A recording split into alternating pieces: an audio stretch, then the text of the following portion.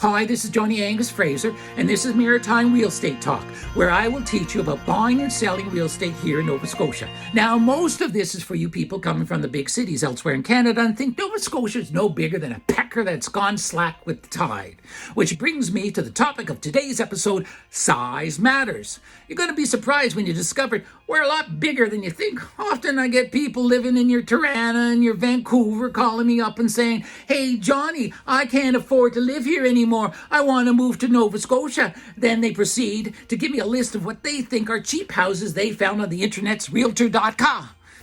And these houses are anywhere from Spring Hill, birthplace of the patron saint of Nova Scotia, to God's country at Meat Cove, the northern tip of Cape Breton, and down to Yarmouth, home of the world's largest and most finicky cat. It comes when it needs you and it leaves when it's had enough. Then it returns a few hours later with a mouthful of wild things trying to escape the US of A. Now, to put this in perspective, that's about the same distance as starting from Montreal, Quebec, home of the world's greatest hockey team, then getting on your MacDonald-Cartier freeway, going southwest and passing the home of hockey's greatest losers all the way west to Windsor, Ontario. And some people want to do this in a day and expect me to drive them around. Jesus, I ain't no frickin' Uber. Either you drive here to Nova Scotia in your own car or you fly in your rent.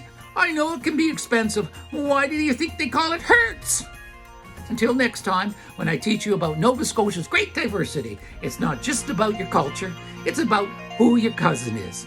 This is Johnny Angus Fraser, keeping the real in real estate.